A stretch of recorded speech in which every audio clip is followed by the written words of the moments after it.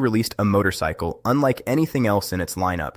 No pistons pumping up and down, no familiar four-stroke thumping rhythm. Instead, a spinning triangular rotor turning smoothly inside an oval housing. It was called the RE5, and it was Suzuki's boldest gamble in company history.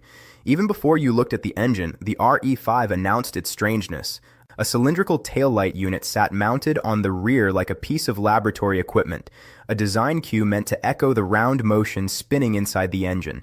Beneath that unusual bodywork sat a single-rotor Wankel rotary engine, a design so different from a conventional motorcycle engine that most riders had never seen anything like it before.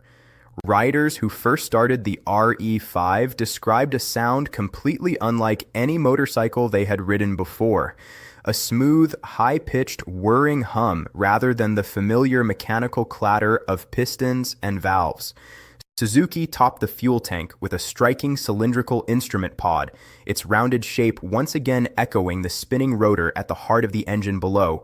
It was unlike any gauge cluster on a production motorcycle. To understand the RE5, we must go back to the late 1960s, when the Wankel rotary engine captured the imagination of engineers around the world.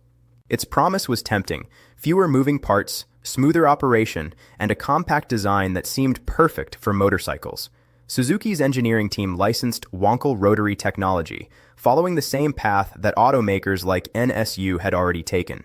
The goal was ambitious: to become the first Japanese manufacturer to bring a rotary-powered motorcycle to production.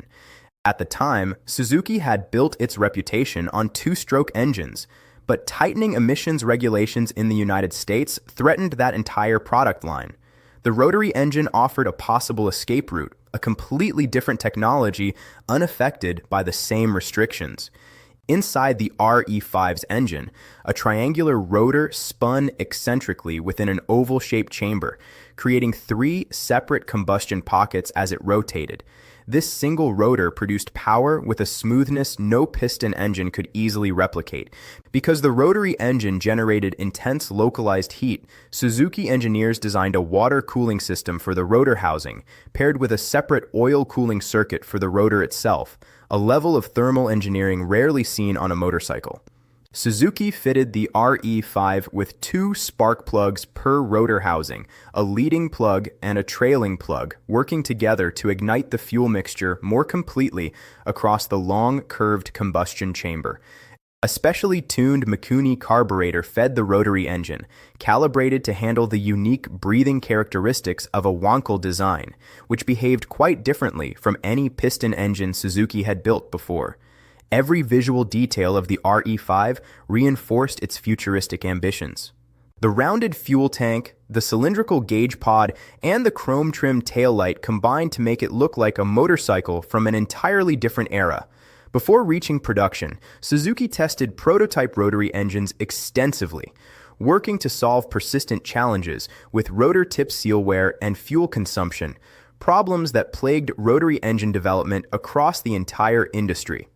After years of development, Suzuki finally launched the RE5 in 1974. It became the first mass-produced rotary motorcycle from a Japanese manufacturer, a genuine milestone that carried enormous financial risk. At the heart of the RE5 sat a single-rotor Wankel engine displacing 497 cubic centimeters of chamber volume, producing power output that Suzuki compared to a much larger conventional four-stroke engine. An oil injection system continuously fed lubricant to the rotor's apex seals, a critical component that prevented the premature wear that had plagued earlier rotary engine designs from other manufacturers. Behind the rotary engine sat a conventional 5-speed gearbox, sending power to the rear wheel through a chain final drive, a familiar element that grounded the RE5's otherwise radical engineering in practical, proven technology. Up front, telescopic forks and a front disc brake handled the RE5's considerable weight, a byproduct of the rotary engine's supporting radiators, oil coolers, and reinforced housing components. A rear drum brake completed the RE5's braking system, a conventional choice that balanced cost against the unconventional and expensive engineering already invested in the engine itself.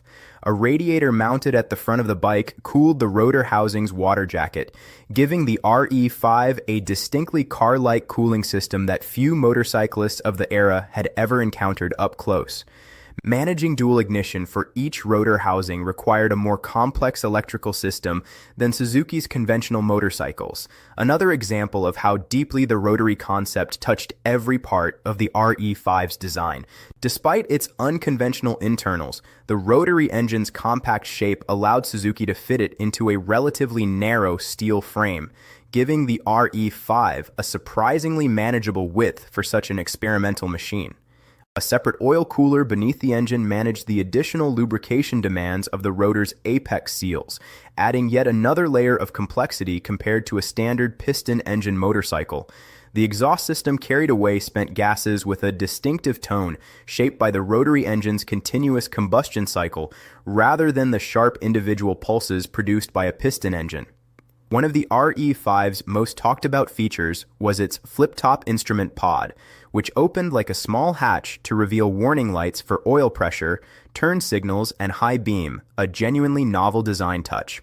Strong front braking helped riders manage the RE5's substantial weight, a necessary feature given how much heavier the rotary engine and its supporting systems made the motorcycle compared to Suzuki's conventional models.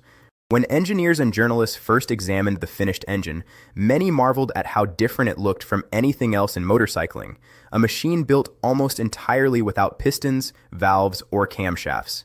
Managing the electrical demands of dual ignition, cooling fans, and the unique instrument pod required one of the more complex wiring systems Suzuki had ever installed on a production motorcycle. By the time engineering was finalized, the RE5 stood as one of the most technologically daring motorcycles Suzuki had ever built. Now it faced the real test, proving itself against skeptical riders and a demanding marketplace. Suzuki rated the RE5 at around 60 horsepower, a figure the company argued was comparable to a much larger conventional engine, thanks to the rotary design's smooth and continuous power delivery.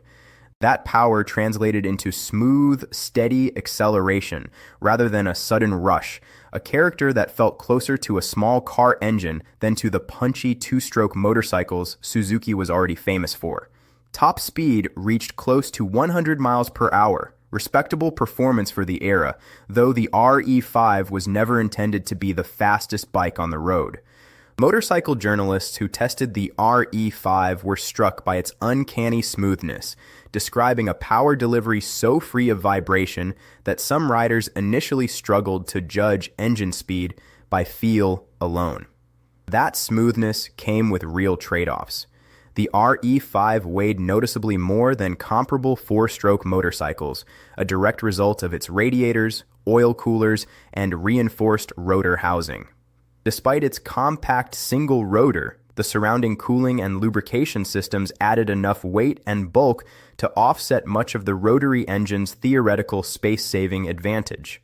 Competing motorcycles from Honda, Kawasaki, and Yamaha relied on proven, simpler four-stroke engines, giving riders a clear alternative that avoided the RE5's unfamiliar technology and higher price tag. Fuel economy proved to be the RE5's most serious weakness. Rotary engines inherently burned fuel less efficiently than piston engines, and riders quickly noticed how often the RE5 needed refueling compared to its rivals. Braking performance remained solid for the era, though testers noted that the RE5's extra weight demanded firmer lever pressure and more careful judgment when approaching corners at speed. Ergonomically, the RE5 offered a relaxed, upright riding position, suited more to comfortable cruising than aggressive cornering, reflecting its identity as a technological showcase rather than a pure sport machine. Road testers consistently praised the RE5's smoothness and engineering ambition, even while acknowledging that its thirst for fuel and added weight made it a difficult sell against more practical alternatives. Buyers cross-shopping the RE5 against Honda's four-cylinder models or Suzuki's own two-stroke lineup often chose the more familiar, more affordable, and more fuel-efficient options instead. Suzuki's engineers had built something genuinely groundbreaking, but the RE5's greatest technical achievement, its smooth-spinning rotary heart, also came bundled with real practical compromises that were difficult for everyday riders to ignore.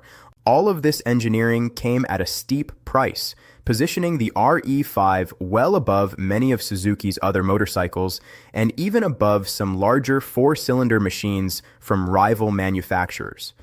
Still, for riders fascinated by genuine mechanical novelty, nothing else on the market in 1974 offered anything remotely like the experience of riding Suzuki's rotary-powered Gamble. Unlike many performance motorcycles of its era, the RE5 was never built with racing ambitions in mind.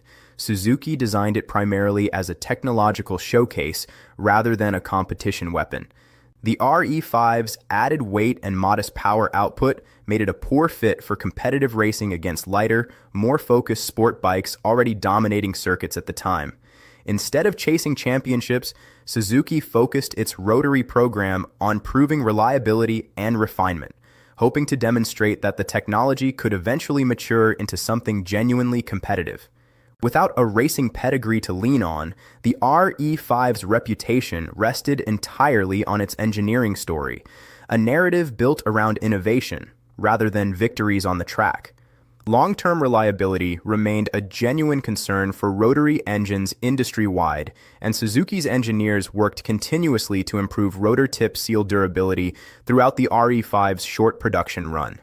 Mechanics who serviced the RE5 needed specialized knowledge, since its rotary internals bore little resemblance to the piston engines most dealership technicians were trained to repair.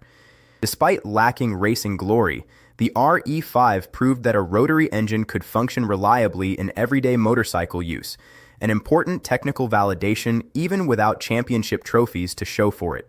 Suzuki ultimately shifted its competitive focus back toward conventional two-stroke and four-stroke engines, allowing the RE5 to remain a fascinating experiment rather than a racing legacy.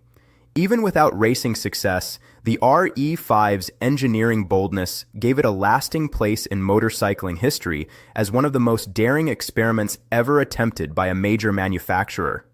The RE5 story, while never touched by championship glory, remains one of the most fascinating chapters in the history of alternative motorcycle engineering. When the RE5 arrived in showrooms, curious crowds gathered to see and hear Suzuki's rotary experiment in person, drawn by months of anticipation surrounding this radical new motorcycle.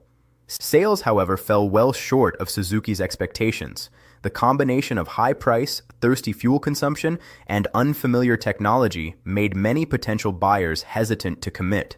In the American market, the RE5 struggled particularly hard, arriving just as fuel prices spiked during the 1970s energy crisis, a devastating combination for a motorcycle already known for heavy fuel consumption. The riders who did buy the RE5 often became passionate defenders of the machine, appreciating its smoothness and novelty even as sales figures told a much harder story. By 1976, Suzuki revised the RE5, replacing the futuristic flip-top instrument pod with more conventional round gauges, an attempt to cut costs and make the motorcycle feel less unusual to hesitant buyers. This simplified version toned down some of the RE5's most eccentric design touches, but it could not solve the deeper fuel economy and cost challenges that continued to limit the motorcycle's appeal. Facing disappointing sales and rising production costs, Suzuki made the difficult decision to end RE5 production after only a short run, closing the book on its rotary motorcycle ambitions. Total production numbers remained relatively low, reflecting both the RE5's high manufacturing costs and the limited pool of buyers willing to take a chance on such unproven technology. Though its production run was brief, the RE5 left an undeniable mark on motorcycling history, proving that Suzuki was willing to take enormous engineering risks in pursuit of genuine innovation. Its legacy grew stronger with time, as writers and historians began to appreciate just how unusual and ambitious the RE5 truly was, a motorcycle built for curiosity rather than mass appeal. Today, well-preserved Suzuki RE5 models are prized by collectors specifically because of their rarity, with surviving examples commanding strong interest at classic motorcycle auctions worldwide. Collectors seek out the RE5 specifically for its rotary engine, a feature so rare in motorcycling history that it instantly separates it from every other Suzuki ever produced. Although the rotary concept never became mainstream in motorcycling, the RE5's engineering influenced how future manufacturers approached alternative engine technology, from Norton's later rotary experiments to niche rotary specialists.